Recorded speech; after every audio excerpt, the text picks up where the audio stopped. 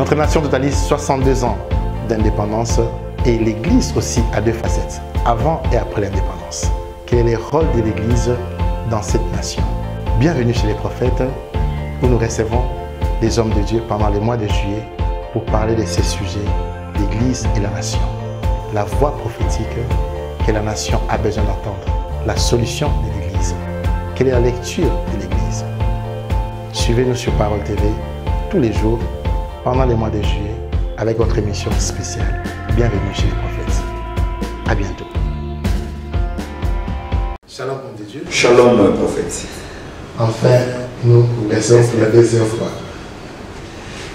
Alors, bienvenue chez les prophètes, à vous tous qui nous suivez, pour notre deuxième partie avec le docteur Silas.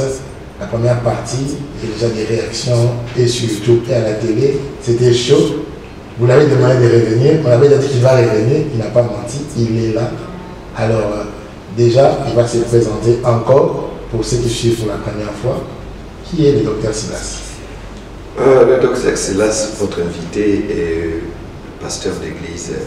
Il dirige l'église ici Terama. Il est marié et père de 5 enfants. Le docteur Silas est président national du Rassemblement des Églises du Congo, les REC en sigle, qui est une plateforme confessionnelle qui réunit les hommes de Dieu et les églises. Mais le docteur Silas est aussi président national de Pastoral Leadership Conference, qui est un cadre d'accompagnement de ministres de Dieu. Non confessionnel, parce qu'au sein du PLC, nous avons les pasteurs, les CBECO, les KDC et ainsi de suite. Et le docteur Silas est enseignant à l'Université pédagogique nationale, où il prépare sa thèse de doctorat en relations internes, en politique internationale.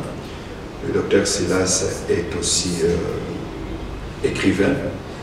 Il est chef d'entreprise, DG de ILI, International Leadership Institute, qui est un think tank spécialisé dans les questions de leadership et de marketing politique. Voilà.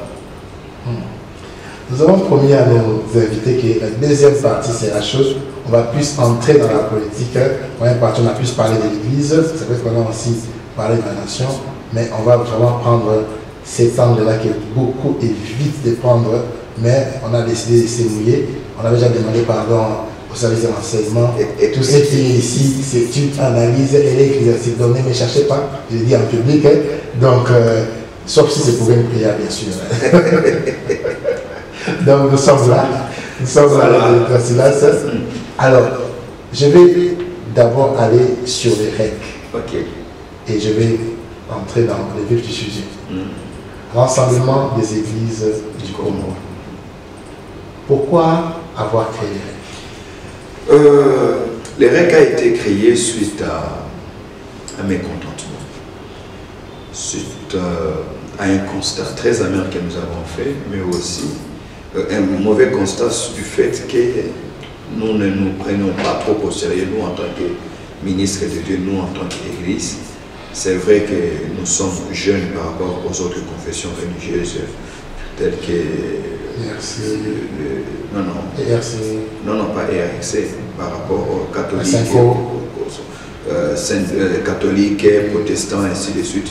Mais dans le mouvement des églises des réveils auxquels nous appartenons, nous avons constaté qu'il y avait une sorte de légèreté, mais aussi un manque de sens organisationnel pour pouvoir constituer finalement un groupe qui soit consultable, un groupe qui soit représentatif des églises, des réveils que nous sommes. Nous avons vu ce qui se passe avec les RSC, c'était justement à la période où il y a eu la grande crise avec, à l'époque, le très révérend général Sonny Kafuta, pour qui j'ai beaucoup d'estime, comment il a été défenestré. On a vu la manière par laquelle il a été défenestré, on a vu la manière dont les choses ont été faites. Nous nous sommes dit, certes, c'est vrai que nous ne sommes pas membres effectifs de l'RSC, tous. Nous ne sommes pas membres effectifs de l'RSC et nous n'avons pas vraiment l'intention d'y aller tel que les choses se présentent aujourd'hui. mais toutes les fois, c'est en notre nom qu'il parle. Nous avons consulté les lois qui régissent les associations.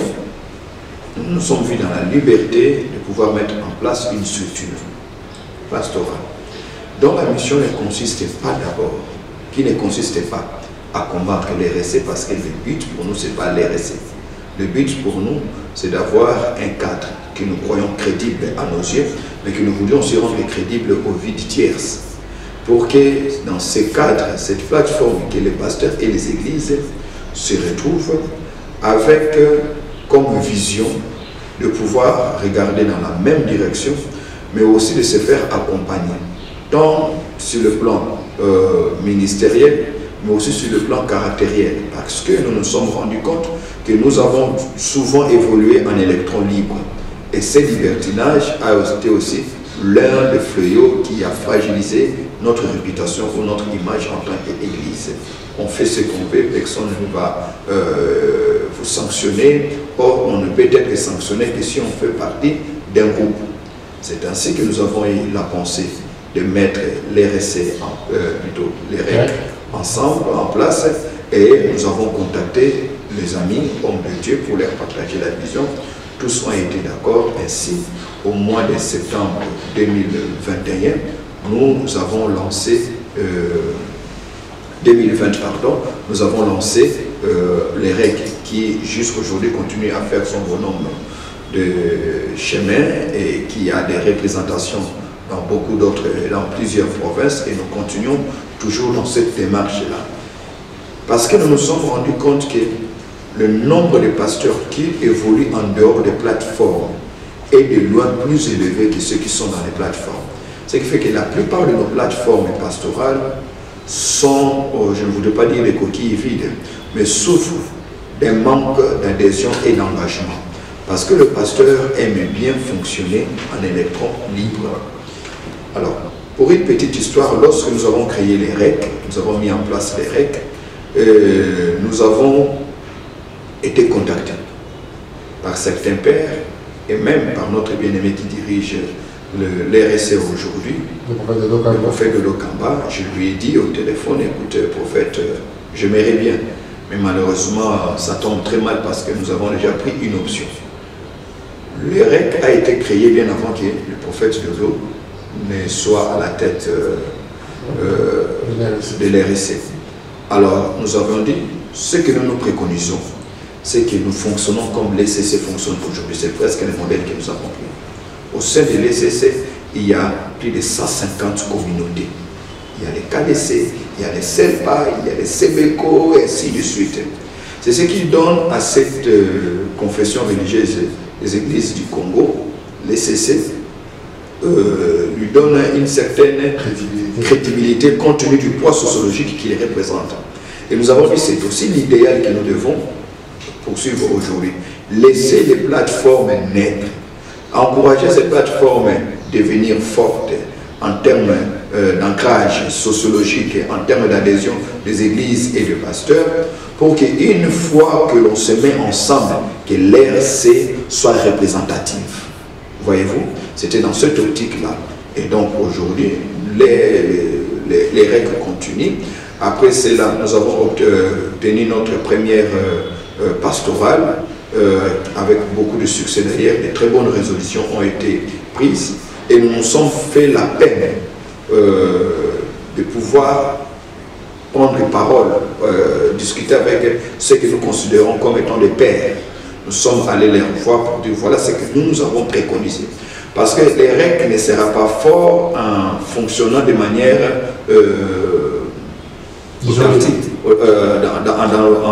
de manière isolée. Nous avons besoin de constituer une synergie avec les autres mouvements. C'est alors que les églises de réveil finalement vont être respectées. Nous avons vu certains pères, nous leur avons exposé la nécessité pour eux, pour nous, de pouvoir nous mettre ensemble, de mettre un peu nos guéguerres de côté. Parce que même au sein de l'église catholique, il y a plusieurs communautés. Au sein de l'ECC, il y a plusieurs communautés. Mais pourquoi c'est toujours chez nous où l'on préfère fonctionner seulement avec son église locale? Et pour ça, nous avons compris qu'il y avait un grand travail à faire. Parce que le pasteur estime qu'il a été appelé par Dieu et par l'UCF, donc il n'a des comptes à rendre à personne. Mais oublions que lorsque l'on fonctionne dans un espace géographique, dans un espace sociologique tel que le pays ou la ville, nous avons des obligations. Outre le fait d'être unis spirituellement, nous avons aussi besoin de constituer une sorte d'unité, de constituer une unité, question de nous faire respecter.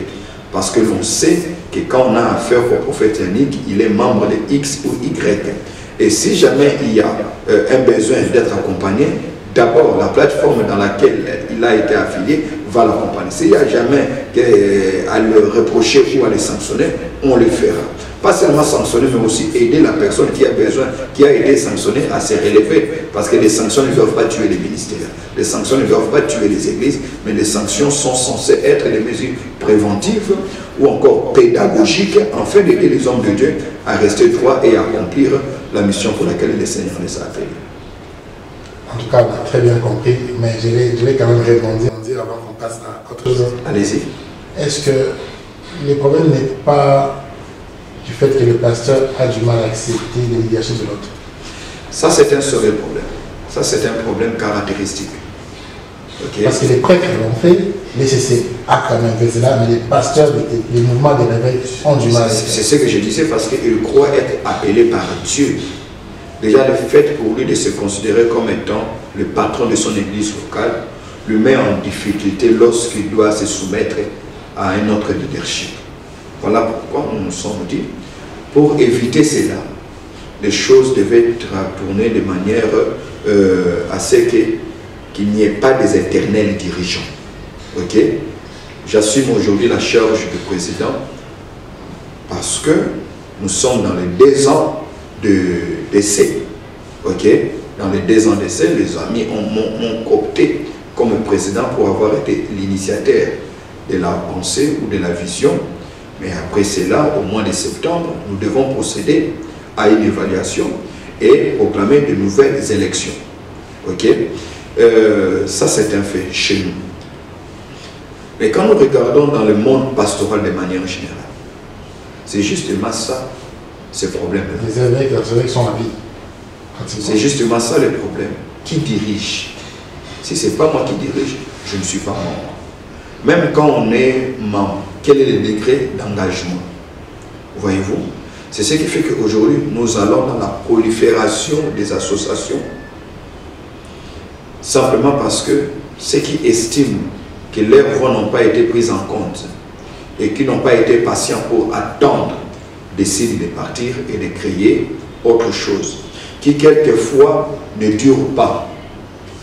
Donc on a juste émietté l'association qui existait pour en créer une autre qui malheureusement n'a pas fait long feu. Donc le problème de leadership constitue un sérieux problème dans le milieu pastoral. C'est un sérieux problème. Les églises catholiques et protestantes l'ont compris. Mais je pense que c'est aussi un exercice pour nous aujourd'hui. Je n'ai pas toujours parlé en disant que nous sommes encore une jeune église. Non, non, non.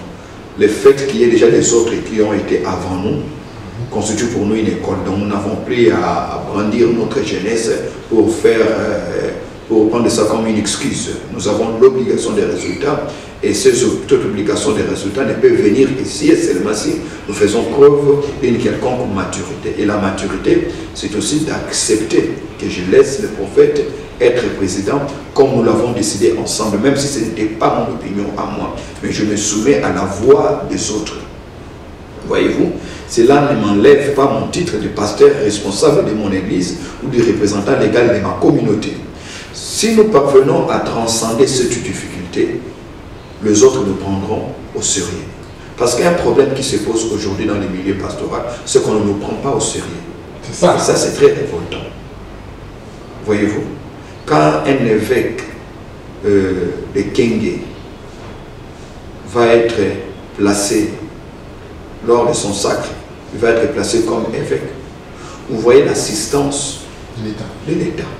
On donne une jeep, on donne de l'argent, Et il n'y a pas longtemps, je suivais, je crois au début de l'année ou à la fin de l'année passée, une délégation de plus de 15 personnes de la présidence qui sont allées assister au Bandundu, je crois à Kengewa Idiofa, pour le sacre d'un évêque. Juste un évêque, pas un cardinal. Parce que pour la création du cardinal, par exemple, vous avez vu quelle a été la délégation constituée par les chefs de l'État lui-même jusqu'à Vatican, pour une première fois dans l'histoire du Vatican, qu'un chef de l'État aille assister à la création d'un cardinal, pour la toute première fois dans l'histoire du Vatican. Alors, quand c'est l'église protestante, on voit l'assistance ou l'accompagnement des autorités. Mais nous qui prétendons être amis des autorités, nous qui prétendons être pères parce qu'ils prieraient chez nous, même pas Inouéwa. Tout ça, ce sont des choses qui révoltent. Voyez-vous, ce sont des choses qui révoltent. Et pourquoi ça révolte? Ça révolte parce que on ne doit pas être traité de la sorte. Mais on ne va pas condamner ceux qui nous traitent de la sorte. C'est nous-mêmes qui devons nous condamner parce que nous nous vendons à vil prix. Nous nous vendons moins cher. Nous nous vendons à des prix très dérisoires. Ça, c'est des déclarations graves. Oui, j'assume. Ça fait à vil prix. À vil prix. À vil prix. Expliquez-nous. À vil prix parce qu'à un moment donné, le pasteur ne comprend pas qu'être pasteur, c'est un travail noble. C'est une fonction noble. Le pasteur est dans une société, il fait partie des notables en tant que religieux. Le pasteur est dans une société comme un cadre dans une société. Le pasteur dans une société est comme un sage. Et le pasteur est aussi ministre de Dieu. Voyez-vous?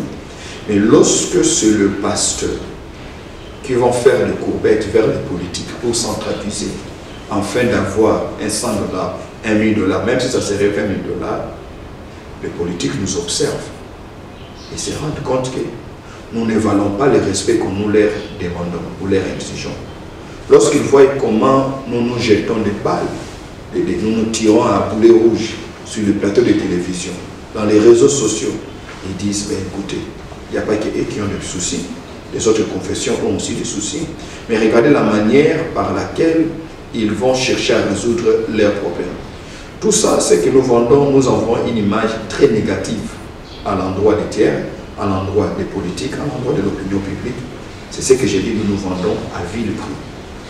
Voyez-vous, nous nous vendons à vil prix. Finalement, on se pose la question, qu'est-ce qui ne va pas?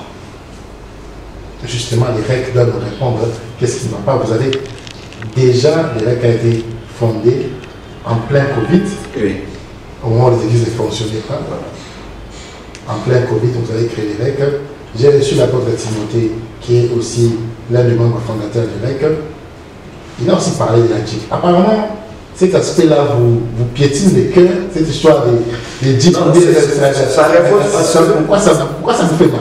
Ça fait mal parce que c'est pas parce qu'on n'a pas de JIP. Oui, ça c'est sûr, je sais. Les pasteurs ont des JIP. Ceux qui ont travaillé, ceux qui ont été bénis par Dieu, ont des JIP. D'autres vont en avoir certainement, selon que Dieu lui-même le voudra et la discipline que chacun s'impose. Ce n'est pas tellement le souci des JIP, c'est la considération de l'État vis-à-vis des pasteurs. Mais ici, je ne vais pas condamner l'État parce que l'État ne nous fera que nous renvoyer les honneurs que nous nous attribuons nous-mêmes. Mais si on ne parvient pas nous-mêmes en tant que pasteurs à nous respecter, quoi de plus normal que quand on a besoin de la prière, c'est vous qui nous demande d'aller au stade. Mais quand il faut honorer, ce sont ceux-là même qui pourraient être opposants qu'on va honorer. Alors notre problème, c'est de nous amener à nous remettre en cause pour dire qu'est-ce qui fait qu'on ne nous respecte pas. Mais vous ne pensez pas que en vous isolant, ça n'aide pas pour moi. Je parle de dans la prière de stade, on ne vous a pas vu. Dans la prière du chef de l'État, on ne vous a pas vu. C'est comme si les règles veulent elles-mêmes s'isoler et penser qu'ils sont propres par rapport aux autres. C'est l'image que vous donnez. Non, les règles n'ont pas l'intention de se taper une image spécial. Et même les têtes qu'on voit sont des têtes apparemment saintes. D'autres personnes, je ne vais pas citer les noms. Si bien adhérer au REC, c'est moi qui vous dirai non. Non. C'est justement ce que nous voulons combattre. Les REC ouvrent ses portes à tout le monde. Tout le monde? Tout le monde. Je peux citer les noms ici. Vous pouvez citer. Comme membre. Je préfère ne pas citer les noms. Moi, je vous dis. Les gens qui peuvent adhérer. Si bien adhérer, est-ce que vous allez prendre... Mais il y a des conditionnalités. Il y a un engagement. Voyez-vous, on appelle ça une charte. Il y a une charte à laquelle on adhère. Au fait, on n'adhère pas au REC en tant que plateforme sans avoir adhéré d'abord à la charte. La charte vous dit par exemple que je m'engage en cas de ceci, en cas de ceci, en cas de ceci, je suis prêt à subir ou à accepter les règlements intérieurs qui stipulent qu'il y a ça, il y a ça, il y a ça, il y a ça. C'est pareil que c'est taillé sur mesure pour vous seulement. Non, comment taillé sur mesure? Écoutez, ce qui arrive aux autres pasteurs peut aussi arriver aux pasteurs directs. Nous ne sommes pas des super-hommes. Voyez-vous, ce qui arrive aux autres peut aussi nous arriver. Mais seulement nous voulons donner un peu plus de noblesse à ce travail. Nous ne voulons pas toujours continuer à renvoyer l'image d'un désordre, d'une quelconque légèreté avec laquelle nous avons traité certains soucis, certains problèmes hier. Non, ne vous en faites pas. Ce n'est pas une association des hommes parfaits. Ce n'est pas une association des hommes spéciaux. C'est une association des hommes de Dieu qui ont accepté de joindre leurs coudes, de regarder dans une même direction, mais aussi d'apporter un plus dans le lavage de l'image du pasteur qui a été longtemps terni. Pas parce qu'il y a eu plus de mal, mais parce que nous avons souvent regardé les choses à distance. Nous ne voulons pas nous isoler, sinon nous n'aurons pas fait la ronde que nous avons fait autrefois. Nous avons vu la plupart de tous nos pères ici dans la ville de Kinshasa. Ok? Nous les avons tous suivis. Nous avons dit, voilà ce que nous pensons. Vous avez beaucoup souffert pour cette église. Vous avez sacrifié de votre jeunesse pour que cette église arrive. Comment pouvez-vous rester indifférent à la mort de cette église que nous sommes en train de constater aujourd'hui? C'est vrai que les églises se multiplient aujourd'hui à prolifération. Il y a un ministère à gauche, église à droite, ainsi de suite. Mais en termes de crédibilité, comment est-ce que nous sommes perçus devant l'État? Mais aussi comment est-ce que nous sommes perçus même par nos confrères pasteurs d'autres confessions religieuses? Il y a certains endroits où on dit, ah, celui-là c'est un pasteur des églises des réveils, il n'est pas sérieux. Vous comprenez? Et pourtant, il y a beaucoup de pasteurs sérieux, très sérieux même. Mais le comble, c'est que nous n'avons pas réussi à nous organiser. Alors, le REC ne se donne pas la mission à lui seul, d'aller résoudre tous les problèmes des pasteurs. Sinon, à la résolution que nous avons eu à accoucher lors de notre premier pastoral de l'année passée, nous ne nous aurions pas amené à déposer le rapport auprès de nos pères pour leur dire, voilà ce que nous avons préconisé, voilà ce que nous croyons être l'idéal pour nous. Nous n'avons pas besoin d'être à la place de X ou à la place de Y. Nous n'avons pas besoin d'être le pédagogue qui apprend aux autres comment fonctionnent les choses. Nous pensons que nous avons beaucoup plus à apprendre qu'à enseigner. Okay. Je vais clore le chapitre REC et du pasteur et aller dans le chapitre politique par 4 questions. La première question, que prévoit les REC en cas de scandale avéré d'un homme de Dieu ou des leaders du REC? Je vais citer les noms des leaders que j'ai observés, à moins que j'ai oublié. Il y a le prophète Noala, le prophète Jokas, il y a l'apôtre Timothée et puis il y a le docteur Silas. Je parle d'abord des têtes, parce que je sais que souvent les têtes qui, quand il y a un problème, directement, s'il n'est pas d'accord, il va créer REC, elle, Paris, elle, Banda, elle, tout ça. Pour éviter cela, d'abord, qu'est-ce que prévoit? Vous avez signé votre charte, qu'est-ce que prévoit les REC en cas de scandale? Comme on observe sur les réseaux sociaux, une fuite, un audio, quelque chose qui fuite et puis ça crée des problèmes. Déjà, si c'est présomption, un, et de deux, si aussi c'est vraiment avéré. J'ai surtout aimé la nuance. S'il y a présomption ou bien le fait est vraiment avéré. Mais écoutez, nous avons un règlement intérieur. Nous avons un règlement intérieur que nous avons mis en place pour pouvoir régir pas seulement les leaders, mais pour régir le fonctionnement de chaque membre du REC opérant au sein de cette plateforme, en cas de problème, en cas de scandale, il y a des choses que nous devons très vite chercher à préserver. D'abord, l'honneur et l'image de l'Église corps du Christ. C'est déjà pour nous amener à comprendre que ça ne doit pas être un traitement personnel. Ok? De deux, nous avons tout un conseil des sages qui va statuer, qui va se réunir très vite, dirigé par le prophète Abraham Zédé de l'église Puissant Ardent, je crois, qui va se réunir pour voir dans quelle mesure appliquer les règlements d'ordre intérieur par rapport à ces faits. Ok? Troisièmement, s'il y a une sanction à infliger à l'auteur ou encore à la personne qui serait à la base du scandale, il ne faudrait pas seulement se limiter au scandale. Il faudrait aussi continuer par la réparation. La réparation, du point de vue de l'homme de Dieu qu'il est, mais aussi la réparation, si possible, si jamais il y aurait une partie victime. Ok? Voilà ce que préconisent les règles. Mais tout cela se fait à la lumière de la parole de Dieu, sans complaisance, sans favoritisme. Ok? Que ce ne soit pas un groupe de loups, comme on dit, le loup ne se mange pas entre eux. Parce que nous avons tous des ministères à préserver, nous avons des réputations à préserver. Je peux vous dire que chacun des membres de REC, pas seulement les membres fondateurs, tous ceux qui ont adhéré au sein de REC, chacun d'entre eux tient beaucoup à son image et à sa réputation. Voyez-vous, je me suis même rendu compte que lorsqu'il était question de faire adhérer les gens, d'en parler aux autres et les inviter à adhérer, l'un des éléments sur lesquels il venait, c'est que je tiens beaucoup à mon honneur, je tiens beaucoup à ma réputation. Voyez-vous? Donc, on ne peut pas faire les choses de manière complaisante juste pour sauver un frère ou un ami, parce qu'on ne doit pas non plus jeter l'enfant et l'eau sale du bassin. Il faudrait nettoyer l'enfant, le sortir de l'eau et jeter l'eau du bassin, comme le dit ce proverbe africain. Donc, il faudrait que les choses se fassent d'abord à la lumière des saintes écritures, que ce ne soit pas un club d'amis.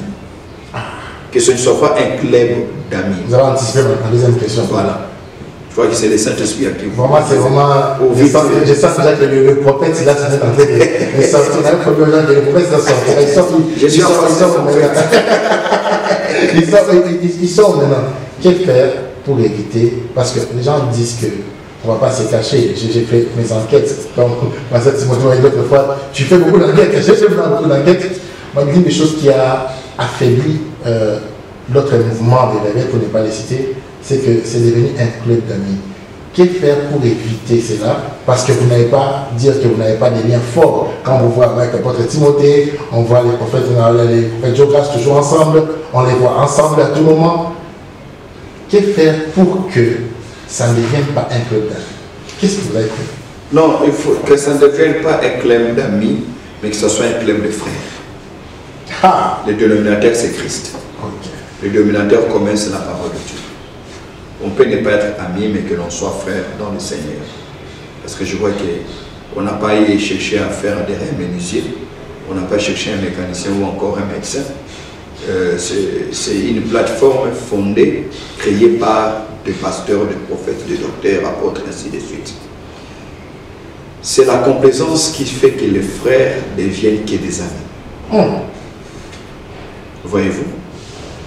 Comme je vous ai dit tantôt, chacun tient à son image. Vous savez, la réputation est l'une des choses que l'on récupère difficilement dans le ministère. Très difficilement. Dieu peut vous pardonner, mais les hommes pardonnent difficilement. Alors, nous nous exhortons. Nous nous exhortons. Nous veillons les uns aux côtés des autres pour dire ça, il ne faudrait pas badiner là-dessus.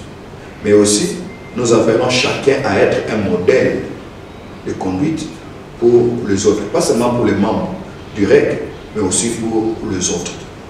Alors, partant de là, nous allons mettre en place, nous réussirons à mettre en place une plateforme qui pourrait aussi apporter une petite pierre de contribution dans l'érection d'une église forte, une église crédible et recommandable. Et pour cela, les règlements d'ordre est élaboré sans tenir compte de qui nous sommes. Et nous bénissons Dieu parce que mettre en place ces règlements intérieure a nécessité beaucoup de débats, beaucoup de discussions. Qu'est-ce que nous sommes habilités à faire, qu'est-ce que nous ne sommes pas habilités à faire? Parce qu'il y aura des situations où c'est la justice qui pourrait, par exemple, trancher. Ce qui ne se répète peut-être pas à notre niveau de compétences. Mais à quel degré d'accompagnement va se limiter notre effort, excusez-moi. Il y a des situations qui nécessiteraient peut-être pas l'implication des règles en termes de sanctions ou concerts ou consorts. On peut juste se limiter au niveau des conseils si la chose n'a pas eu à freiner ou à entacher à l'image ou à choquer l'opinion publique.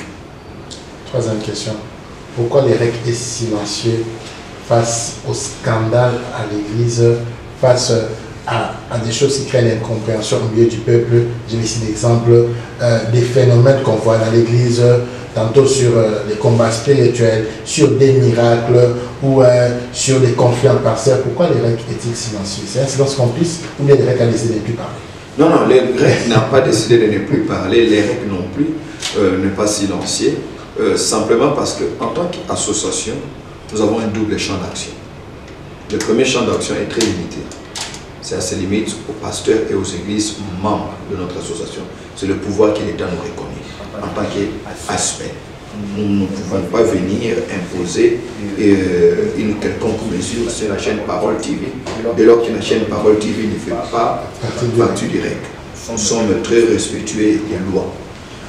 Deuxième possibilité, deuxième champ d'action, l'extension, c'est en tant qu'une voix de l'Église. Les règles n'est pas silencieux sur ce point. Moi-même, plus d'une fois, je suis monté au créneau pour condamner X ou Y comportement. Mais aussi, dans les coulisses, dans certains conflits qui ont existé ici à Kinshasa, je n'avais pas évoqué les noms, mais les règles a été dans le fond pour dissuader les hommes de Dieu qui étaient en conflit, bien qu'ils n'étant pas membres du règle. Mais il y a quand même certaines relations avec des amis pour leur dire que cette manière de faire les choses n'engrandit pas l'Église, ça n'enchante pas, ça ne grandit pas l'Église. Donc essayez de trouver une voie à l'amiable, taisez un peu si possible vos guéguerres, parce qu'une fois de plus nous allons encore faire souffrir cette Église à laquelle nous avons donné, pour laquelle nous avons sacrifié notre jeunesse. Donc nous avons intérêt à nous préserver, à préserver l'image de l'Église, mais aussi à ne pas être les pierres d'achoppement pour les enfants de Dieu. Donc les règles ne restent pas silencieuses. Mais les règles n'ont peut-être pas adopté une formule extravagante, matuvisme pour dire voilà nous faisons. C'est pas comme ça que les règles. Nous ne voulons pas résoudre les problèmes en créant un autre problème ou encore procéder par les mêmes choses que nous reprochons aux autres. Je pense que si les gens peuvent trouver, on peut se rendre compte qu'ici il y a une accalmie qui a été trouvée parce que nous nous sommes aussi impliqués, nous bénissons le Seigneur. Nous n'avons pas besoin de dire, vous voyez, dans tel conflit, nous avons aussi milité. L'avantage que nous avons au sein du REC, c'est que nous savons prendre la parole avec tout le monde. Vous comprenez, moi qui vous parle personnellement, il n'y a pas un seul pasteur à Kinshasa, pas un seul qui dira qu'il a un conflit avec le docteur Silas. Parce que je peux témoigner. Voilà. Je peux témoigner que vous pouvez parler à tout le monde sans problème. En tout cas, à tout le monde, que ce soit les pères, que ce soit mes frères, que ce soit les jeunes qui viennent après nous, que ce soit les aînés. Je n'ai des problèmes avec personne et alors avec personne. Cela n'empêche pas que je reste attaché à mes valeurs, mais je sais comprendre la différence qu'il y a entre un acte qui a été posé, un acte qui a souillé l'image de l'Église et l'individu qui a posé cet acte-là. Voyez-vous, je ne voudrais pas faire la police de l'Église, mais je voudrais peut-être aussi prendre langue avec quelqu'un pour lui dire, mon vieux, je pense que cette attitude n'agrandit pas l'Église. Voyez-vous? Donc, grâce aux relations que nous avons, de temps en temps, nous allons, nous écoutons, et nous ne sommes pas là que pour condamner, mais d'abord aussi pour prier. Prier parce qu'il y a certaines choses qui arrivent au sein de l'Église qui relèvent d'un complot satanique. Et ce n'est pas dans les réseaux sociaux qu'on va tout changer. J'ai toujours dit une chose et je vais la répéter sur ce plateau, c'est qu'on ne bâtit pas les ministères en marchant sur les cadavres des autres. Ce n'est pas parce qu'on va dénombrer les cadavres des autres et qu'on se rendra compte qu'on est resté le seul, qu'on dirait ben tout le monde viendra chez moi. Je pense que notre rôle c'est d'abord d'être intercesseur. Intercesseur pour le corps de Christ, intercesseur pour ce que nous croyons être faibles. Parce que ce qui arrive aux uns peut étonnamment vous arriver aussi. Et aussi, dans tout ce que l'on dit sur les autres, tout n'est pas vrai.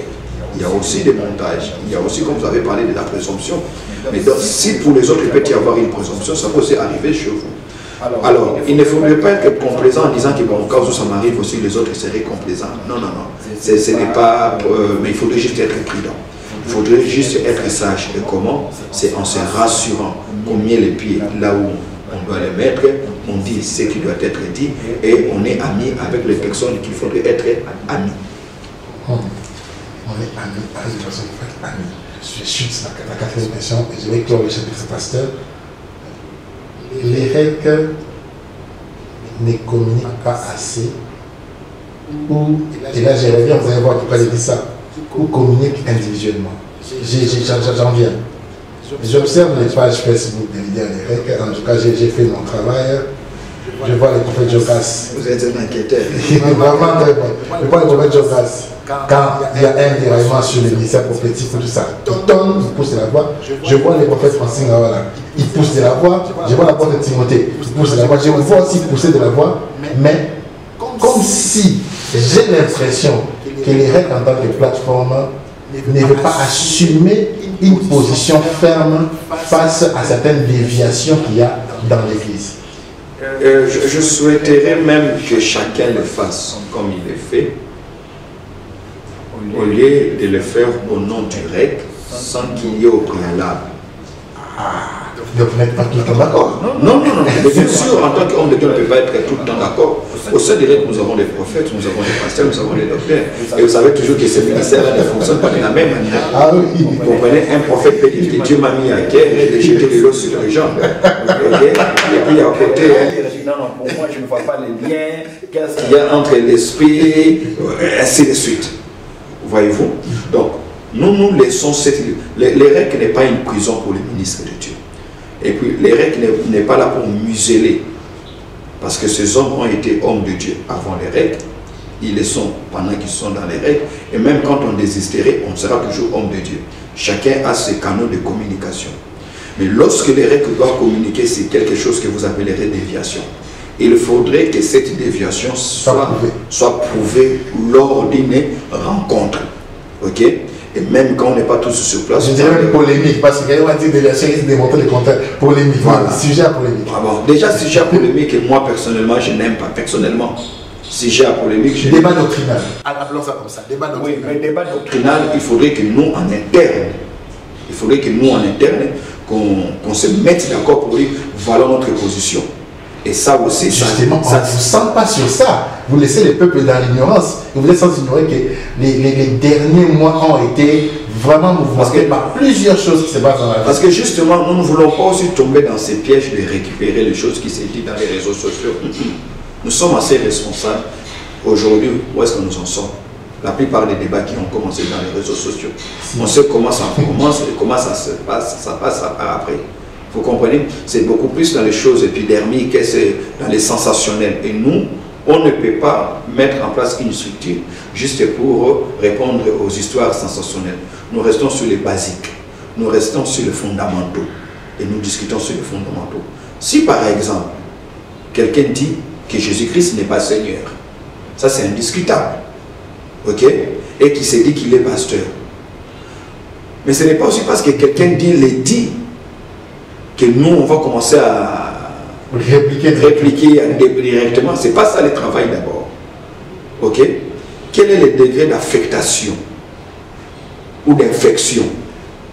Ok? Cette infection-là, à quel degré ça, je voulais dire, a infecté cette hérésie? À quel degré ça a infecté l'Église?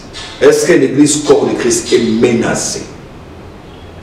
Ok, nous pouvons alors dire Voilà bibliquement, voilà ce à quoi nous croyons, voilà. Nous nous opposons à ces ministères-là. Mais ce n'est pas parce que nous nous sommes opposés que ces ministères-là vont aussi se taire. C'est ainsi que nous appelons à une synergie. Parce que l'EREC à lui seul ne peut pas résoudre tous les problèmes. Voyez-vous? Vous êtes pour l'église de réveil unifié? Bon, je ne sais pas s'il faudrait toujours prendre... je pense que... Ou un mouvement de réveil unifié, oui, comme l'ECC, comme la CENCO, oui. Est-ce que vous pensez que c'est possible? Quelqu'un dit rien de ça dans ceux qui l'ont fait, je ne pense pas que les hommes de Dieu qui ont créé les KDC, qui ont fait l'ECC, ont été plus spirituels que les pasteurs, ont été plus intègres que les pasteurs. Je ne crois pas. Mais le problème, c'est que nous, pasteurs, nous avons un problème. Permettez la tautologie. C'est que nous avons une vision trop centralisée. Une vision qui se limite à nos ministères et à nos églises locales.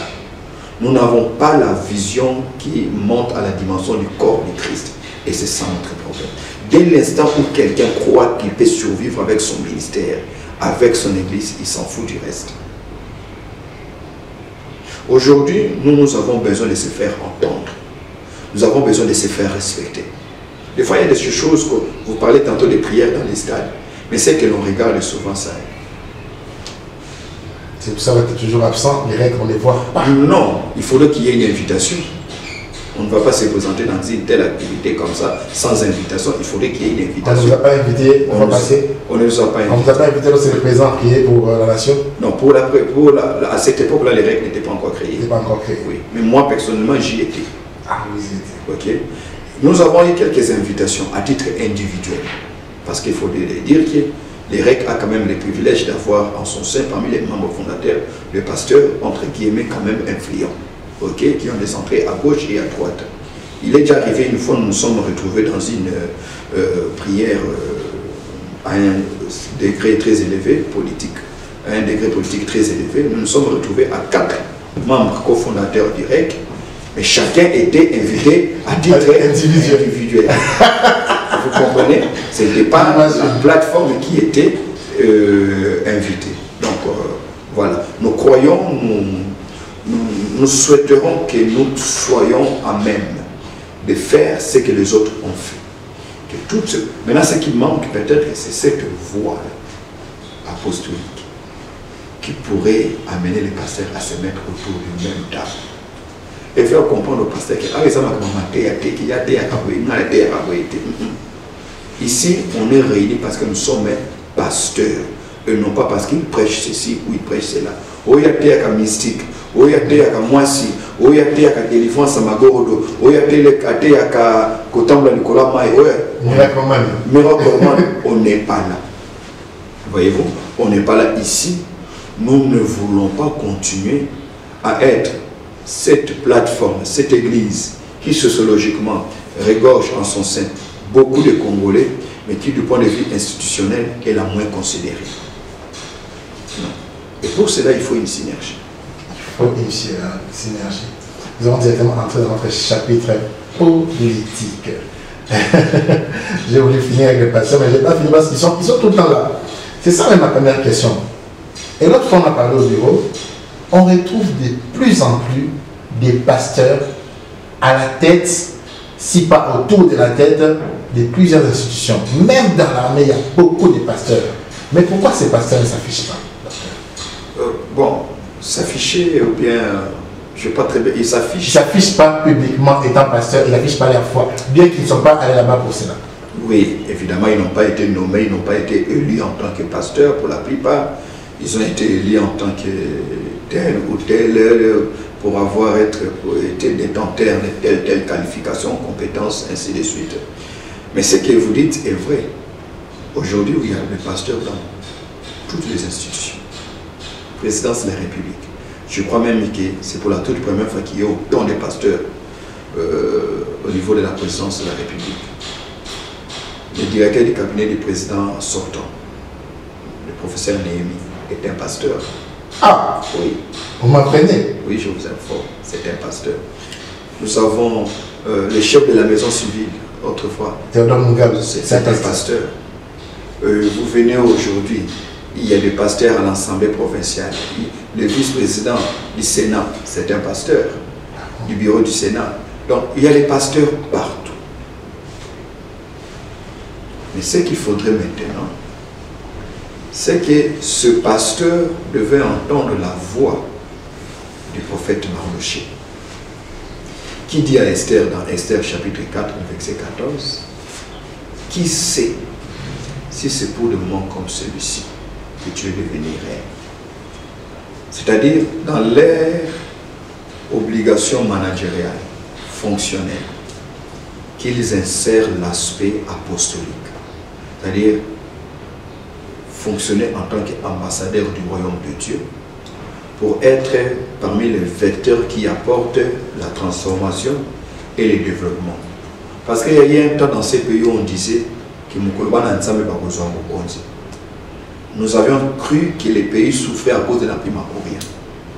Nous avons cru pendant longtemps, parce qu'on nous a prêché, que les pays souffraient à cause de la franc-maçonnerie. Peut-être que c'était le cas. Non, je ne pense pas.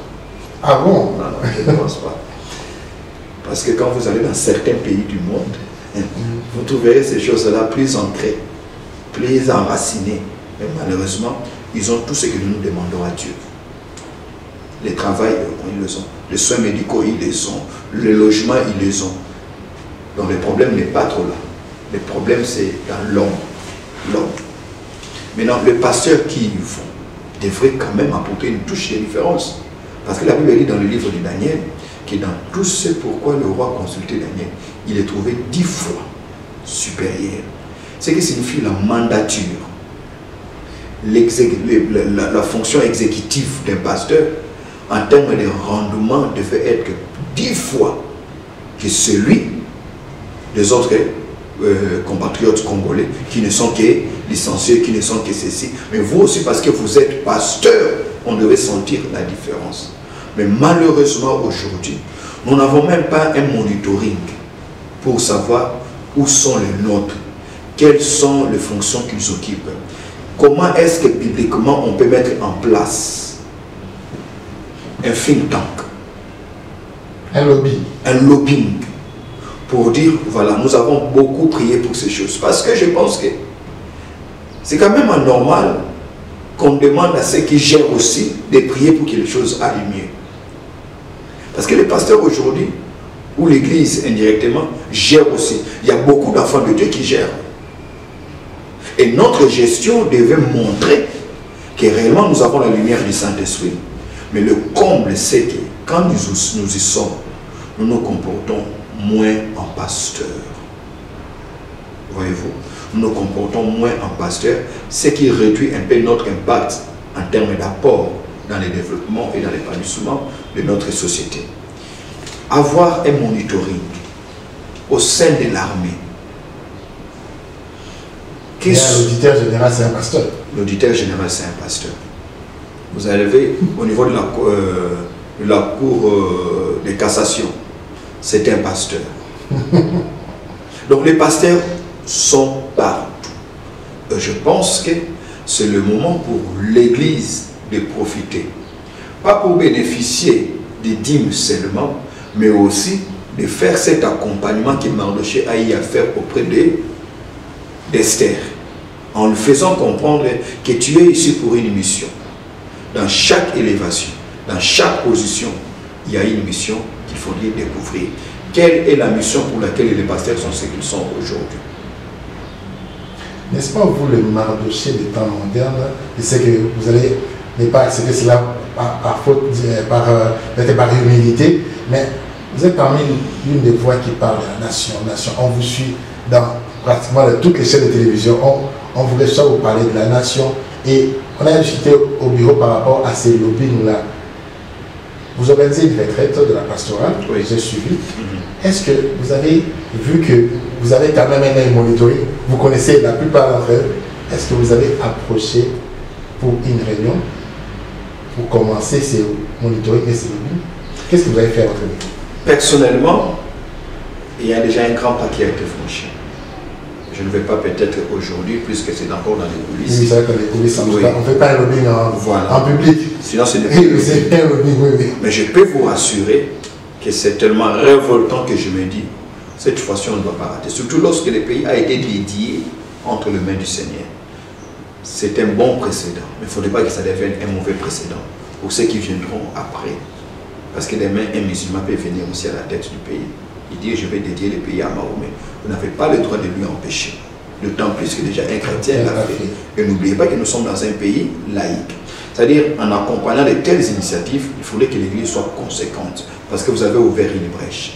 Et si vous ne savez pas contrôler cette brèche-là, ça peut se retourner contre vous. Quelqu'un, demain, quelqu'un qui prie les dieux de noir, peut dire, non, fais ça fait Mboka et pas habillé de noir. Ok?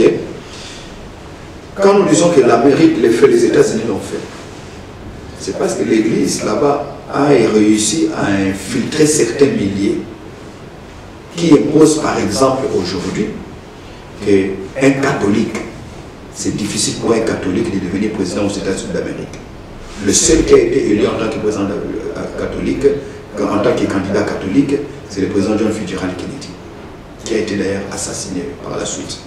Aux États-Unis, on ne devient pas président si on est catholique. Il vaut mieux être païen ou évangélique. Vous comprenez? Et l'actuel président Joe Biden, qui est un peu proche des catholiques, mais qui lui-même ne se réclamait pas comme étant catholique. Mais qui va à la messe. Qui va à la messe. Voyez-vous? Il faudrait que quand vous ouvrez des brèches, vous devez être capable de le contrôler. On a dédié la nation entre les mains du Seigneur. Normalement, après, cette église qui a accompagné les autorités à dédier la nation entre les mains du Seigneur, devrait aussi dire à la nation ou aux autorités, voilà ce que la Bible préconise pour un succès si nous tenons à ce que les régimes dédiés entre la nation dédiée entre les mains du Seigneur aient plus de résultats que les années antérieures. Mais le comble, c'est que nous-mêmes qui sommes comme des marchés, nous nous plaisons à être simplement dans la cour du roi. Nous ne comprenons pas qu'il bouffer la dîme du roi. Voilà, à bouffer la dîme du roi. Nous ne comprenons pas qu'il faudrait dire au roi ou à la reine que cette position que vous avez, c'est pour une mission. Esther aurait pu se limiter à être reine, mais Esther est jusqu'à aller à devenir héroïne. Aujourd'hui, en Israël, il y a une fête, je crois que c'est Yeshua, qu'on célèbre pour se commémorer de cette délivrance qu'ils ont obtenue face à la méchanceté d'Aman. Voyez-vous? Et pour cela, l'Église doit être consciente de sa mission. C'est là où je fais toujours appel à l'Église apostolique. C'est-à-dire cette Église qui comprend qu'elle a une mission dans la nation dans laquelle elle est investie. Elle doit conquérir. Qu'est-ce qu'elle doit conquérir? Elle doit conquérir les sphères de pouvoir. Pourquoi? Pas seulement parce qu'elle veut évangéliser, mais aussi parce qu'elle veut se préserver. Parce que demain, on peut avoir un tyran, on peut avoir un roi, un président ou un régime. On doit vérifier pour se rassurer, il y a toujours un chrétien. Il y a toujours un chrétien. Pas simplement parce qu'on a besoin d'avoir un président chrétien, mais parce qu'on se dit qu'avec les chrétiens, on peut gagner plus. Mais pour cela, les chrétiens eux-mêmes doivent être conscients de la mission qui est la leur au niveau des institutions publiques et même privées. Qu'est-ce que les chrétiens font? Je vous donne une illustration simple, mais qui est insultante.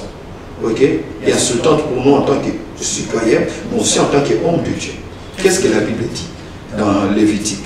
Que quand ça sera le temps de la moisson, vous laisserez un coin que vous ne moissonnerez pas dans votre champ. Ça sera pour la veuve et pour l'étranger. C'est-à-dire dans la Bible, dans l'économie de Dieu, l'étranger dépend de la générosité de l'autochtone. Ce n'est pas lui qui domine. Ce n'est pas lui qui domine. On lui donne ce qu'on veut. Ce qu'on veut. Ce qui est totalement le contraire de chez nous. Quand vous regardez dans le domaine, par exemple, bancaire, vous allez dans le domaine financier. Sur les 16 banques que nous avons, 14 ou 16 banques que nous avons aujourd'hui, toutes ces banques sont étrangères, privées. Toutes les banques sont privées. Les Libanais ont Sofibank, les Indiens ont Robobank, les Kenyans ont Equity, les Togolais ont Ecobank, les Nigériens ont 3 banques. Il y a ainsi de suite. Voyez-vous? Quelle est la banque que les Congolais ont? Ils n'en ont pas. Ça aussi, c'est biblique. Vous comprenez? Ça aussi c'est biblique parce que vous ne pouvez pas prétendre prier pour votre pays si vous ne voyez pas ces choses-là. Et nous sommes l'un des rares pays au monde où ce que je viens d'évoquer existe. Ça n'existait pas. Même quand les pays pauvres comme le Togo, les pays comme le Gabon peuvent avoir des banques chez nous, qu'est-ce que nous avons dans les autres pays du monde? Qu'est-ce que nous avons dans les autres pays du monde? Alors, quand on considère le nombre de pasteurs que nous avons et les fonctions que ces pasteurs occupent aujourd'hui, nous nous disons, il nous faut. Si nous croyons réellement que la dernière vague du réveil partira du Congo pour embraser l'Afrique et que ce réveil ne sera pas qu'un réveil évangélique, mais aussi apostolique parce qu'elle va atteindre les niveaux privés et publics, alors nous avons besoin d'asseoir un monitoring pour dire, nous aussi nous avons besoin en tant qu'enfants de Dieu, au niveau de l'avocature. La Bible dit que la justice élève une nation. On doit avoir les nôtres là-bas. On doit avoir, on les a. Je vous informe. L'ancien procureur général de la République. Un pasteur. Non, membre qui a créé l'église, non l'un de chez vous ici. Ah bon? Oui. Celui qui est maintenant le numéro 1 dans l'appareil judiciaire, c'est un pasteur que je salue, à qui je présente même mes félicitations. Vous comprenez? Donc, l'église est partout. L'église est partout. Mais quel est l'impact? C'est parce que c'est comment arriver à ces... Je sais que vous n'avez pas développé des stratégies à la télévision, mais déjà, quel est le pas? Ils vont nous suivre. Quel est le pas? Quel est la sonnette que vous sonnez? Qu'est-ce qu'on doit faire pour avancer? Parce que ça me réponse quand vous dites tout ça. Quand Joseph est en Égypte comme premier ministre et que son père vient d'arriver, c'est Joseph qui introduit son père à Pharaon. C'est Joseph qui introduit son père à Pharaon. Joseph sait que l'Égypte est un pays désertique. Et il sait que son père il est dans l'agro pastoral. Il a besoin d'une bonne terre. Parce qu'il vient avec son troupeau. Il dit, quand Pharaon vous posera la question, dites que nous sommes un peuple élevé. Comme ça, il vous donnera Goshen. Donc, Jacob et ses enfants ne vont pas habiter à Goshen parce qu'il s'appelle Jacob. Non. La force de Jacob en Égypte, c'est Joseph. L'église ne sera pas aussi respectée jusqu'à ce qu'il y ait des gens qui font à ce que cette église soit respectée. Donc, sonnette d'alarme à Liboso, c'est de rappeler aux frères la mission apostolique. Vous êtes là en tant qu'ambassadeur de Christ. Pas simplement en train de prier pendant la pause, les GDA pour Christ, INSS pour Christ, ainsi de suite. Ça c'est bien beau, j'encourage. Mais quel est le niveau du lobbying? Comme je le disais ailleurs, même dans nos universités. Quel est le niveau du lobbying? Mais le problème, c'est que nous avons une vision trop individualisée. C'est moi, Dieu m'a élevé, Dieu m'a béni, ça me suffit. On ne veut pas que là où aujourd'hui, la chose vous comprenez? On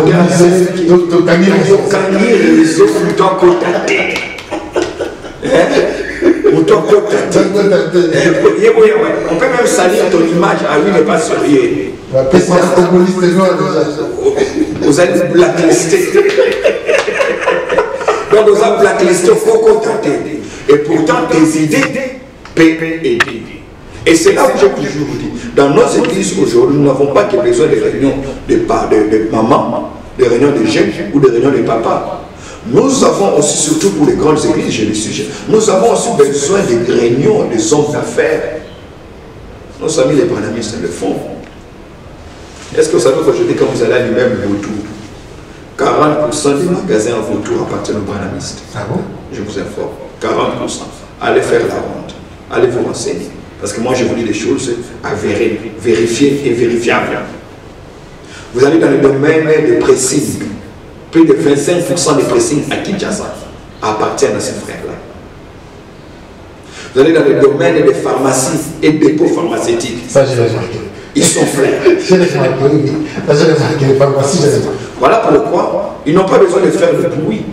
Parce que l'argent n'aime pas le bruit. C'est là où on fait beaucoup de bruit, qu'il n'y a pas d'argent. Aïe. Vous comprenez? Donc je pense que si nous voulons vraiment aider ces pays, nous en tant qu'Église, nous devons aussi aller conquérir. Papa, aujourd'hui nous consommons ce qui est pour déjeuner, il faut aller chez les Indiens ou chez les Pakistanais. Tout. Indien. Tout ce qu'on mange indien, pakistanais, tout. C'est quoi le rôle de l'Église dans une nation? Quel est l'impact de ces églises que nous sommes, que nous retrouvons sur chaque avenue? Pourquoi se focaliser sur nos différences? Pourquoi aller dans les guerres? Il a dit, il m'a prêché. C'est certainement à moi qu'il s'adresse. Je veux aussi rétorquer. And so what? Disent les Anglais. Et après? Ça ne sert à rien. Nous avons une nation à impacter. Ce qui me révolte encore, pourquoi les pasteurs vont seulement être considérés comme des intercesseurs et la CENCO comme une boîte qu'on veut consulter? Quand on a besoin de prière, c'est le pasteur. C'est le pasteur. Et quand on a besoin de conseils, ce sont les autres. Parce que chez les autres, même s'il faut prier, ils vont aussi vous faire des suggestions. Pourquoi nous on ne fait pas des suggestions? Pourquoi ils aiment trop d'argent? Justement, notre pauvreté est devenue un talon d'Achille. Notre pauvreté nous a réduit au niveau de la mendicité. Je ne vais pas évoquer certaines choses pour ne pas m'attirer de foudre, mais c'est quand même désolant. Je vois de l'arrivée. Voilà. Quelqu'un arrive chez les présidents, il rentre le même vite. Voilà. Il sait pas. Vous voyez quand on va aller chez un ministre, il faut redonner à ce travail sa dignité. Mais ils disent que c'est la parole, on ne va pas chez le roi, on ne va pas chez le prophète des mains vides. Oui, on ne reste pas 4 heures du temps dans la salle d'attente pour attendre l'enveloppe. Surtout qu'on ne sait même pas si ça sera pour combien. Vous comprenez? Donc il y a ces choses qu'il faut vite réparer au niveau de la pastorale. Et si vous permettez, c'est dans ce sens-là que nous organisons cette grande retraite des pasteurs. Une retraite de remise à niveau. Donc ça ne sera pas seulement pour prier là-bas. Non. C'est la 3e édition. C'est intéressant. Les 2 premières éditions, c'était à Mingadi, à Kassangoulou, au Congo central. Maintenant, c'est à Chaoumba. Maintenant, c'est à Chaoumba. On est venu à Chaoumba parce que beaucoup de pasteurs ont dit nous, on travaille, on ne sait pas venir à Mingadi parce qu'on doit aller au travail, ainsi de suite. Nous nous sommes dit, ok, maintenant nous venons à Chaoumba. Nous commençons les mercredis jusqu'au samedi 30, le matin, nous quittons. Il n'y a pas que la prière, il y a des enseignements, il y a des ateliers. Mercredi le 26. Le 26 pour 30 jours. Le droit d'entrée, c'est 25 € par pasteur. Pourquoi les droits d'entrée? Certains seront frustrés. Non. C'est un camp de prière. Ok. Il faut payer le logement. Ils vont manger. Vous allez bien sûr manger. Okay. Vous avez droit à un déjeuner. Vous avez un droit à une bouffe. Okay. Vous avez droit aux enseignants. Pas seulement des enseignants bibliques. Parce qu'on vous considère en tant qu'un homme entier. On peut par exemple dans ces retraites-là faire venir par exemple le prophète Yannick. Si on avait déjà bloqué l'agenda, nous parler sur le pasteur aujourd'hui, il y a beaucoup qui ne veulent pas passer à la télévision. Ça c'est vrai. Vous comprenez? Le ministère de la télévision ou à la télévision. Quel impact? Quels sont les enjeux, les dangers, ainsi de suite. Ils ont besoin de ça. Dans ces moments de prière, dans ce moment des ateliers, nous réfléchissons sur ce que je venais de dire tantôt ici. Vous avez aussi créé un réseau là-bas, bien sûr. Ah bon, okay. Bien sûr. Donc j'essaie d'aller partout où on peut toucher les pasteurs pour nos capacités nous-mêmes en tant que pasteurs. Je montre les dénominations, donc toute dénomination. Pas de dénomination, pas seulement les pasteurs, c'est tout ce qu'il faut. Ça, c'est au PCC, même si un prêtre catholique a croit en Jésus comme Seigneur et Sauveur, si un prêtre croit en Jésus comme Seigneur et Sauveur, s'il croit que le ciel existe, s'il croit que l'enfer existe, s'il a été baptisé d'eau par immersion, s'il peut venir. Vous comprenez? Par exemple, lors de la première édition, nous avons eu un enseignant qui est venu nous parler sur le corps de l'homme de Dieu en tant que ressource dans son ministère. Parce que nous gênons beaucoup pour l'onction. Et en gênant beaucoup pour l'onction, nous détruisons le corps. Or, le ministère ne s'arrête pas parce que l'onction est finie. Le ministère s'arrête parce que le corps s'est arrêté. Nous avons perdu dans ces pays des grands prédicateurs comme de Guinée-Tchad, qui, aux fleurs de son ministère, au summum de sa vocation, malheureusement, il est parti avec toutes les prédications. Haïti Nabal a décès quand il entre dans la morgue, il y a des résurrections qui s'opèrent. Donc l'onction n'est pas la seule chose dont le pasteur a besoin. Le pasteur a aussi besoin de son corps. Et l'expert que nous avons fait venir nous a parlé sur le corps, sur l'alimentation. Mais c'est extraordinaire. Beaucoup de pasteurs ne le savent pas. Que nous nous tuons dans ce que nous mangeons. Aujourd'hui, le taux de tension, les pasteurs qui souffrent de la tension, qui souffrent du diabète. Il y a un pasteur ici vers Père son âme, le pasteur Lukwezo, le vieux Lukwezo sur Saint-Louis, non de l'église du général Sonic Afota, qui était décédé comme ça. On lui a perfusé, ne sachant pas que le taux de sucre était élevé, et il est décédé. Voyez-vous? Donc on a parlé sur la sexualité dans le couple pastoral. Parce que ça aussi, ce sont des choses qu'on a refaites dans ces retraites-là. On aborde des choses qu'on n'aborde pas en public ou dans les conférences. Il y a des moments d'atelier. Il y a eu la dernière édition, même des moments de cure d'âme. C'était extraordinaire. Le pasteur qui écoute les gens, même qui est-ce qu'il écoute? Il n'a personne à qui aller parler. Il y a des pasteurs sans père spirituel. Il y a des pasteurs sans père spirituel.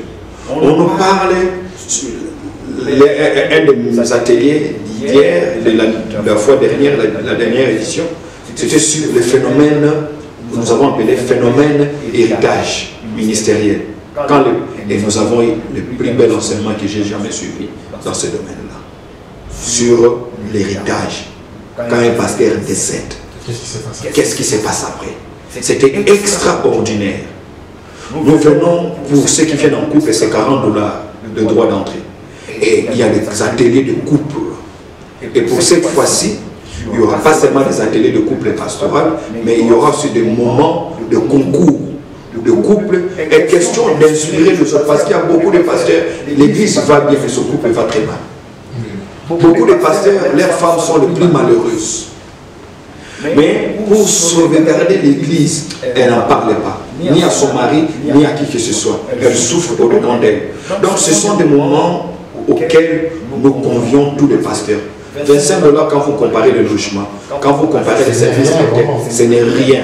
Et on a mis à ce prix-là pour que les pasteurs... 4 jours. 4 jours. Voyez-vous, vous travaillez, vous sortez le matin, vous allez au travail. Si réellement vous travaillez, et vous ne pas être dans la distraction. On fait venir des hommes de Dieu qui nous enseignent sur les finances dans les ministères, les finances dans la vie de l'homme de Dieu. Par exemple, il prophète. Vous allez voir qu'il y a un phénomène. Quand un pasteur a $1000, première chose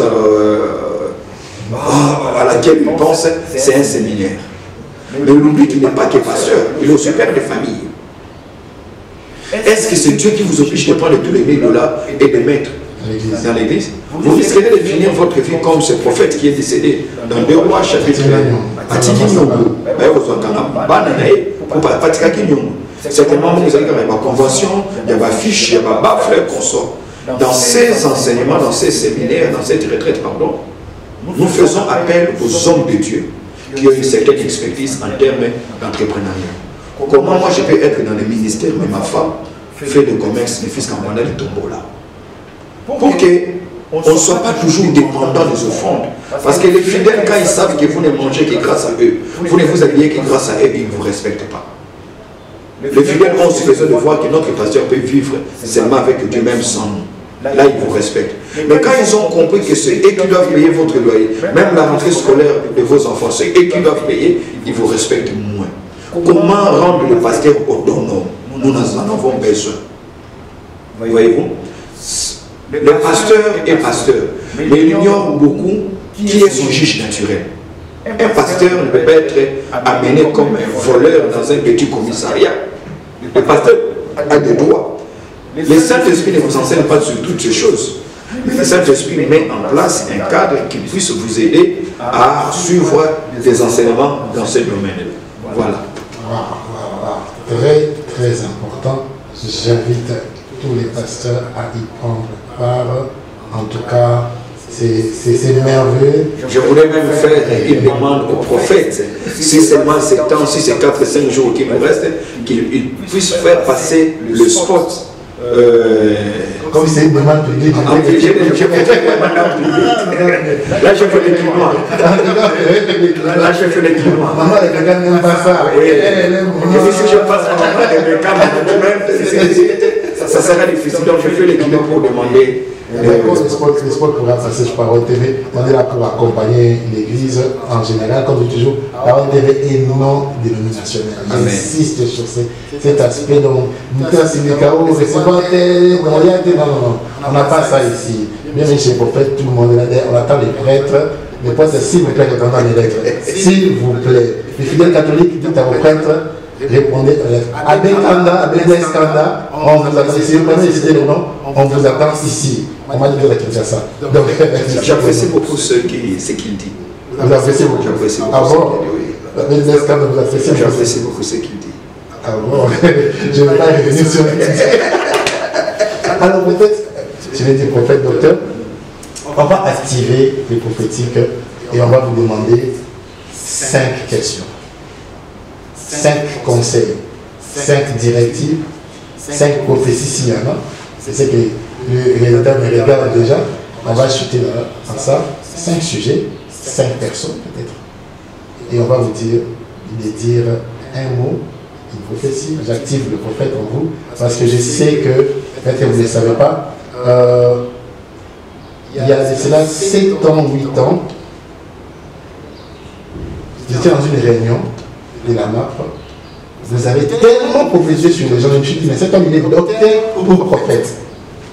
C'est docteur, c'est là. Ça, c'était vraiment, je pense que c'est encore sur YouTube. Okay. Et j'ai vu un peu une dimension prophétique qui est vraiment là. Donc, moi, vous savez, d'être docteur, oui, mais les prophètes en vous. Les 5 sujets ou les 5 personnes, il y aura des personnes, il y aura des sujets. J'aimerais que vous nous dites, vous éclairez la nation sur ça. La première question, la guerre à l'Est. La guerre à l'Est. Je prie que la paix revienne à l'Est. Mais cette paix, si la guerre a commencé sans nous, elle ne finira pas sans nous. Si elle a commencé sans nous, elle ne finira pas sans nous. Et ici, je vous amène dans Exode chapitre 17. Moïse avait les mains levées pour prier. Mais Moïse à lui seul ne pouvait pas mettre fin au combat contre les Amalécites.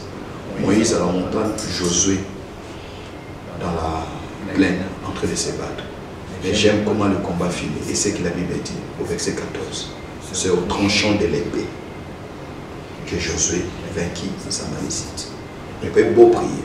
On doit toujours se rassurer que Josué est armé. Se rassurer que Josué a une épée. Parce que quand le combat finit, il ne dit pas que c'est les mains levées de Moïse qui ont mis fin au combat, mais c'est au tranchant de l'épée. C'est rassurer que l'épée de Josué est tranchante. C'est rassurer que l'épée de Josué est très bien aiguisée. Et c'est rassurer que Josué sait manier une épée. C'est là où la victoire arrive. Donc il y a la dimension spirituelle, mais il y a aussi la dimension militaire. Et la dimension militaire doit avoir des niveaux les plus élevés pour que la dimension spirituelle trouve son impact. C'est aussi à cause de ça que quand David va ramasser les 5 pierres dans le torrent pour se battre contre Goliath, il n'a utilisé qu'une seule pierre. Pourquoi? Parce que celui qui utilisait la pierre n'avait pas que Dieu, mais il était aussi expert. Voilà pourquoi il n'a pas raté Goliath. Donc la guerre de l'Est ne finit pas seulement par la prière, mais finit aussi par la mise en place d'une armée républicaine, dissuasive, une armée forte, une armée apolitique, mais aussi une armée composée des meilleurs des fils et des filles du pays. Et là, l'Église a le devoir de dire aux enfants de Dieu, de ne pas seulement aller faire le droit, de faire la médecine, mais aussi d'aller dans l'armée. Parce que c'est aussi ça une vocation. Le Dieu du ciel, qu'on appelle Jéhovah Shalom, il est le Dieu de paix. Mais le même Dieu de paix est aussi Jéhovah Sabaoth, l'éternel Dieu des armées. Donc on ne peut pas penser à la guerre de l'Est seulement par la prière. Mais aussi, ici je parle en tant que prophète de Dieu, Peut-être que contrairement à ce que beaucoup disent, Dieu m'a montré que la guerre va prendre fin. Je dis que la guerre va aussi prendre fin, mais ça sert au tranchant de l'épée. Tranchant de l'épée ne signifie pas seulement se battre. Tranchant de l'épée signifie aussi par la diplomatie. Ça, c'est la voix que Dieu me donne, la parole que Dieu me donne en tant que prophète aux dirigeants du pays. Il est le Dieu d'Israël. Israël a une armée. Nous ne pouvons pas demander au Dieu d'Israël de sauver notre pays si nous ne voulons pas faire comme Israël fait. Israël a son Dieu, mais Israël a aussi une armée. Et cette armée, nous la créons, nous l'encourageons, c'est l'armée pour laquelle nous encourageons nos fils et nos filles remplis de l'Esprit de Dieu, diplômés d'y aller pour servir Dieu en servant la nation. Deuxième, Félix Antoine Tshisekedi, notre président. Un choix de Dieu. Sur ça, je ne peux pas t'ajouter. J'ai toujours su que le président est là parce que Dieu l'a voulu. On peut dire tout ce qu'on fait. Il est là parce que Dieu le fait là. Mais à cela, il faudrait ajouter une chose. Pharaon a réussi parce qu'il a eu Joseph à ses côtés. Pharaon a vu 7 années de sécheresse qui allaient engloutir les 7 années de prospérité. Mais quand vous lisez très bien la Bible, cela n'est pas arrivé. Une prophétie a été contredite, a été presque annulée. Grâce à quoi? Pas grâce à Pharaon, mais parce qu'au côté de Pharaon, il y avait Joseph. Lorsque vous lisez David, le choix de Dieu, l'homme selon le cœur de Dieu, quand vous lisez dans 2 Chroniques, on vous dit, on vous cite le nombre et la liste des personnes qui ont constitué les cabinets de David. On dit au chapitre 4 que David s'est fait aussi entourer des fils d'Issachar. Chapitre 12, pardon. Le fils d'Issachar, parce qu'il savait l'intelligence du temps pour dire ce qu'Israël devrait faire. Donc, on peut être le choix de Dieu comme c'est le cas pour le président. Mais la réussite pour laquelle Dieu vous a appelé nécessite aussi un entourage adéquat. Un entourage qui correspond à vos ambitions, mais aussi à la vision que Dieu vous a donnée. Et je crois que si on tient compte de cela, il pourra faire le meilleur de tous les présidents qu'on a eu jusque-là. Élection 2023. Élection 2023. Je ne souhaiterais pas qu'il y ait élection 2023. Oh! Ok. Quand je regarde ce qui est arrivé en 2018, ce qu'on a frôlé en 2018, quand je regarde comment on n'a pas traité ces problèmes jusqu'aujourd'hui, ces fissures sociologiques d'ordre tribal, à telle enseigne qu'aujourd'hui, vous avez des termes qu'on n'avait pas les années passées, Pakistanais, talibans, consorts. Quand je regarde ce qui s'est passé dernièrement à Lubumbashi, consorts, nous ne sommes pas prêts à aller aux élections. Développer. Le tribalisme a pris des proportions telles que il suffit d'une moindre contestation pour que les pays brillent. Et ici, je dis même que ma crainte, c'est que ce que nous craignons de l'extérieur s'efface de l'intérieur. C'est-à-dire, nous craignons peut-être une explosion, mais nous devons aussi craindre une implosion. Voyez-vous, il n'y a pas que l'explosion à craindre, on doit aussi craindre l'implosion. Et c'est ici qu'en tant que prophète, j'exhorte l'Église, nous pasteurs en premier, à prêcher l'unité nationale. Jésus n'est pas congolais, mais nous l'avons considéré comme Seigneur et Sauveur. Et nous avons aujourd'hui l'obligation de prêcher le patriotisme. Je l'ai toujours dit. L'Église est apolitique, mais le patriotisme est divin. Nous n'avons pas choisi ces pays, c'est Dieu qui nous l'a imposé. Et l'une des choses que Dieu nous demandera, comme le maître qui demande à ses serviteurs à qui il a remis les talents, serait de savoir qu'avons-nous fait de la terre que Dieu nous a donnée. Dieu nous a donné la plus belle des terres. Qu'avons-nous donné à cette belle terre? Donc 2023, si on y va comme ça, il risque d'avoir de grandes contestations. Et ces contestations peuvent nous pousser, nous conduire à des ruptures, quelquefois irréparables. Préalable, prêcher l'unité et travailler pour l'unité. Ok. Quatrième, Moïse Katumbi. Je ne connais pas personnellement, je ne connais pas personnellement. Je vois que c'est un des grands acteurs que nous avons dans la classe politique congolaise qui a réussi à se faire entourer de beaucoup d'éminences grises et qui politiquement pèsent. Mais quant à savoir qu'est-ce que Dieu me dit sur lui, présentement, je n'ai aucune parole sur l'individu directement.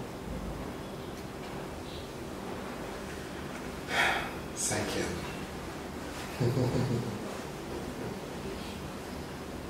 Jean-Pierre Bemba. Oh, Jean-Pierre Bemba du MLC. J'ai comme l'impression que la prison l'a beaucoup changé. À moins que ce soit une stratégie. J'ai comme l'impression que la prison a été pour lui une grande pédagogie. J'aimerais savoir qu'est-ce qu'il a appris de 10 ans passés en prison. Parce que de moins en moins je l'entends, de moins en moins on le voit ou on l'entend dans la... À un moment donné, on a même du mal à se faire l'idée qu'il est là. Et pourtant, il est là. Mais je pense que c'est aussi une bonne attitude. C'est en se taisant et en observant qu'on devient plus sage. La Bible dit, il suffit juste qu'un insensé se taise pour qu'il passe d'être sage. Et je pense que quand on se tait pendant un temps et qu'on observe, on gagne plus que ceux qui parlent. Et je crois aussi que ces moments peuvent être des moments où le Seigneur l'enseigne davantage, où il pourra davantage, beaucoup plus apprendre de Dieu, mais aussi apprendre sur les hommes. Voilà. Pour conclure, bonus, Joseph Kabila Kabange. Je craignais qu'elle arrive. Mais écoutez, lorsque je suivis son toute dernière interview, conférence de presse, il a dit une phrase qui constitue pour moi le moteur de mes recherches depuis plusieurs années. Je n'ai pas réussi à changer les Aïois en Congolais. Je m'arrête là pour dire que c'est là où il faut travailler. Changer les Aïois en Congolais. C'est d'ailleurs une des raisons pour lesquelles j'avais beaucoup aimé quand j'ai appris que le président de la République, Félix Tshisekedi, avait mis en place une coordination pour le changement des mentalités. Même si la chose ne fonctionne pas comme il s'est levé, je me pose, est-ce qu'ils ont un budget? Est-ce qu'ils ont les moyens de leur politique? Mais je pense que ce que le président Kabila avait dit après 18 ans, c'est quelqu'un qu'il faut écouter. Il a une expérience que nous n'avons pas. Il a vu des choses, il a côtoyé presque toutes les couches de l'homme congolais. Quand il dit qu'il n'a pas réussi à changer, je pense que c'est là les grands problèmes. Je vous ai dit tout à l'heure dans votre émission que le problème c'est l'homme congolais, qu'il faut impérativement transformer. Le Congolais n'a pas un problème. Le Congo n'a pas un problème de démons. Le Congo n'a pas un problème de sorciers. Comme ça, je dis, ce n'est pas parce qu'on a des présidents chrétiens ou des ministres chrétiens que les choses changent. L'homme, quel est le contenu de l'homme? Quelles sont les valeurs auxquelles cet homme se soumet? L'homme congolais, il faut les transformer. Et les transformer, pour nous, nous disons par le renouvellement de l'intelligence. Grâce à quoi? Grâce à la parole de Dieu. Mais une parole de Dieu qui tienne compte de l'homme dans son intégralité. Esprit, âme et corps. Voilà. Docteur Silas, merci. C'est moi qui vous remercie, prophète. Nous nous retrouvons à la prochaine dans notre émission Bienvenue chez les prophètes. Au revoir. Notre nation totalise 62 ans d'indépendance et l'Église aussi a deux facettes, avant et après l'indépendance. Quel est le rôle de l'Église dans cette nation? Bienvenue chez les prophètes où nous recevons des hommes de Dieu pendant le mois de juillet pour parler de ces sujets, l'Église et la nation. La voix prophétique que la nation a besoin d'entendre, la solution de l'Église. Quelle est la lecture de l'Église? Suivez-nous sur Parole TV tous les jours pendant le mois de juillet avec votre émission spéciale. Bienvenue chez les prophètes. À bientôt.